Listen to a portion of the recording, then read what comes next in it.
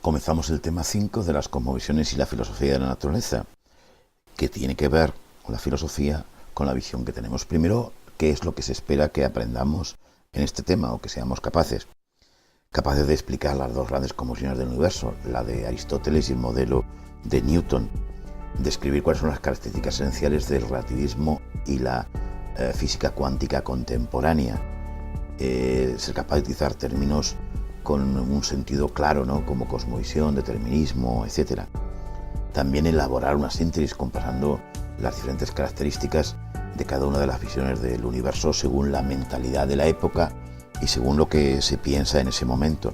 Y luego analizar cada una de las cosmologías, qué vigencia tiene y qué implicaciones tiene cada una de ellas. Abajo tenéis puesta a qué competencias del currículum hace referencia a cada una de ellas. Vamos a entrar en materia y primero algo que tiene que ver con la educación, tanto para vosotros como para mí. El que es capaz de educar, no hace falta que castigue. ¿Y por qué tratamos lo de la filosofía de la naturaleza? Porque todos somos naturaleza y naturaleza nos convertimos. Sabemos ya, por el primer tema, que la filosofía aparece en Grecia y que se inicia allí el paso del mito al logos. Ante la diversidad de objetos que ven, los filósofos se asombran de ver la diversidad que hay en el mundo natural y quizás se plantean si quizás todo ello no es distintas formas de manifestar un único elemento. Eso da lugar a lo que llamamos filosofía de la naturaleza, que lo que intenta es ofrecer una explicación sobre tres elementos fundamentales, o dos y alguno más. La materia, es decir, cómo se compone, cuál es el origen de la materia, sobre cuáles son las leyes del movimiento. Ojo que aquí movimiento no es solamente cambio de lugar, sino es cualquier tipo de cambio. Y luego otra serie de elementos importantes, ¿no? Este carácter interdisciplinar de la filosofía hace que la filosofía esté en constante diálogo con la ciencia para ver cuáles son las implicaciones filosóficas de los nuevos descubrimientos que van apareciendo. Vamos a ver un ejemplo de cosmovisión, concretamente una cosmovisión del Antiguo Egipto.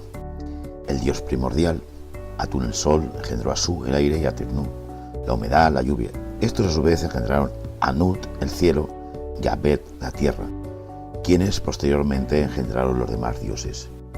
Aquí tenemos a Nut, os la presento, ¿vale? Fijaros cosas curiosas que tiene. Veis que tiene el cuerpo lleno de estrellas, os dais cuenta porque representa la bóveda celeste. Se representa eso como una mujer desnuda, como vemos aquí, con el cuerpo arqueado, a modo de bóveda celeste. Sus extremidades simbolizan los 4 pilares sobre los que se apoya el cielo. Es la protectora de los muertos. Allá acuden para obtener alimento, protección y da a los difuntos la capacidad de renacer. En los sarcófagos se les representa como con las alas extendidas, como alguien que protege. Pues bueno, Nut, el cielo, y Get, la tierra, estaban tan unidos, amándose, que no quedaba espacio entre ellos. Aquí, por si no os habéis dado cuenta, vamos a ver dónde está Geb. Geb está aquí abajo, ¿lo veis?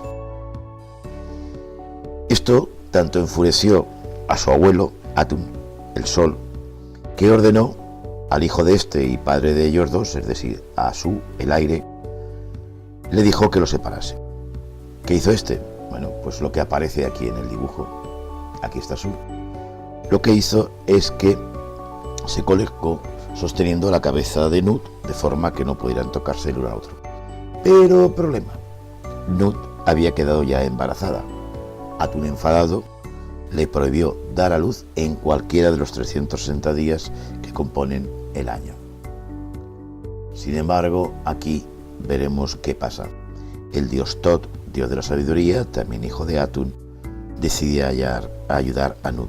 Para ello, desafía a Khonsu, el dios lunar, que se encarga de medir el tiempo, y le desafía a una partida de Senet. Es un juego parecido a Backgammon, o llamado en castellano tablas reales, muy popular en Egipto, pidiendo tiempo a cambio por cada vez que venciese.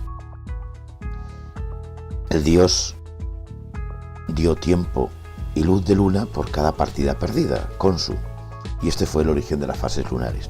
Así el año egipcio, que tenía solamente 360 días, pasó a tener 365, de modo que Nut pudo dar a luz a sus 5 hijos, Osiris, Horus, Set, Isis y Neftis. Lo vamos a ver. Aquí tenéis el árbol genealógico y aquí vamos a ver a los dioses. Si os dais cuenta de una cosa que parece que es contradictoria, pero bueno, es curiosa en el árbol genealógico, veis que aquí tenemos a Osiris y Isis, y aquí tenemos Horus el joven. ¿Qué es lo que pasa? Que estando en el seno de Nut, Osiris y Isis hicieron sus cositas y engendraron a Horus, que es el mismo que este, Horus el viejo. Lo que pasa que para que sepamos de dónde viene, es el mismo. Como veis, los dioses se dan faena.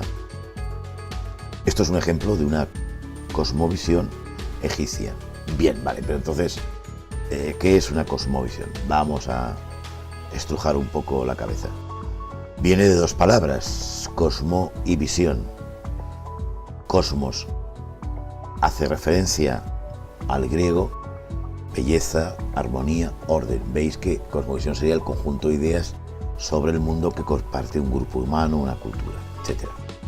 ¿Qué quiere decir con orden, belleza? Es decir, que cada cosa tiene su lugar, que todos los elementos están coordinados y organizados, que hay a una unidad y no un caos.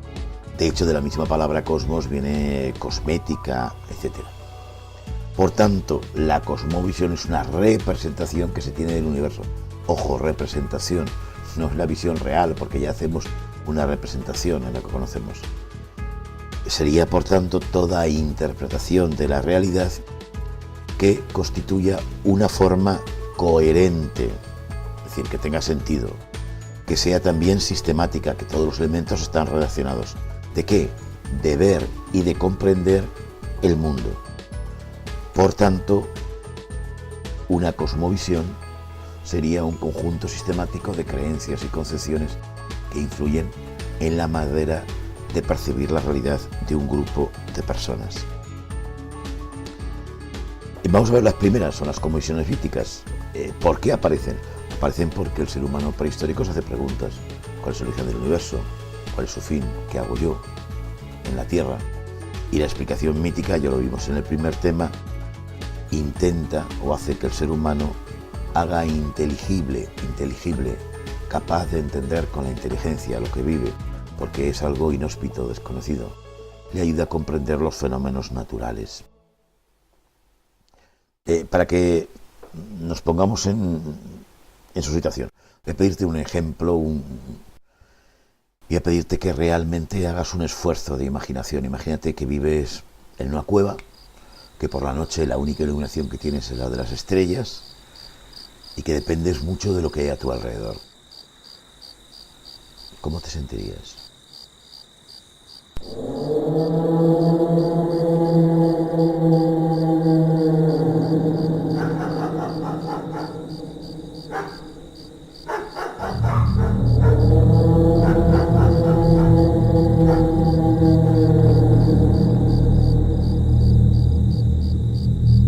Así se sentiría el hombre primitivo, porque lo desconoce, porque no lo sabe, porque no va a saber qué consecuencias tiene. Por tanto, ante los distintos fenómenos naturales, meteorológicos que él no conoce, ante los desastres que él tampoco conoce cómo funcionan y cuándo les toca, ante los fenómenos de tipo astronómicos, él lo único que puede sentir es miedo, porque lo ve como amenaza, porque no sabe qué es lo que va a ocurrir después y consecuencias va a tener. Por tanto, para el ser humano, los fenómenos naturales le aterrorizan. ¿Por qué? Porque es algo, una realidad que es inhóspita, es desconocida, no vive en ellas, le generan problemas. El mito, que sabemos que es una narración y que lo que intenta es de alguna forma hacer el mundo más habitable y más comprensible. Fijaros la relación, habitable, inhóspito, comprensible, desconocido. Por tanto, un mito es la respuesta a esa realidad en la cual él es incapaz de vivir porque lo ve como una amenaza y que él desconoce. El mito le ayuda a dar sentido al mundo, a la propia vida. ¿Por qué? Porque proporciona una cosmovisión. Una cosmovisión, sabemos que es una imagen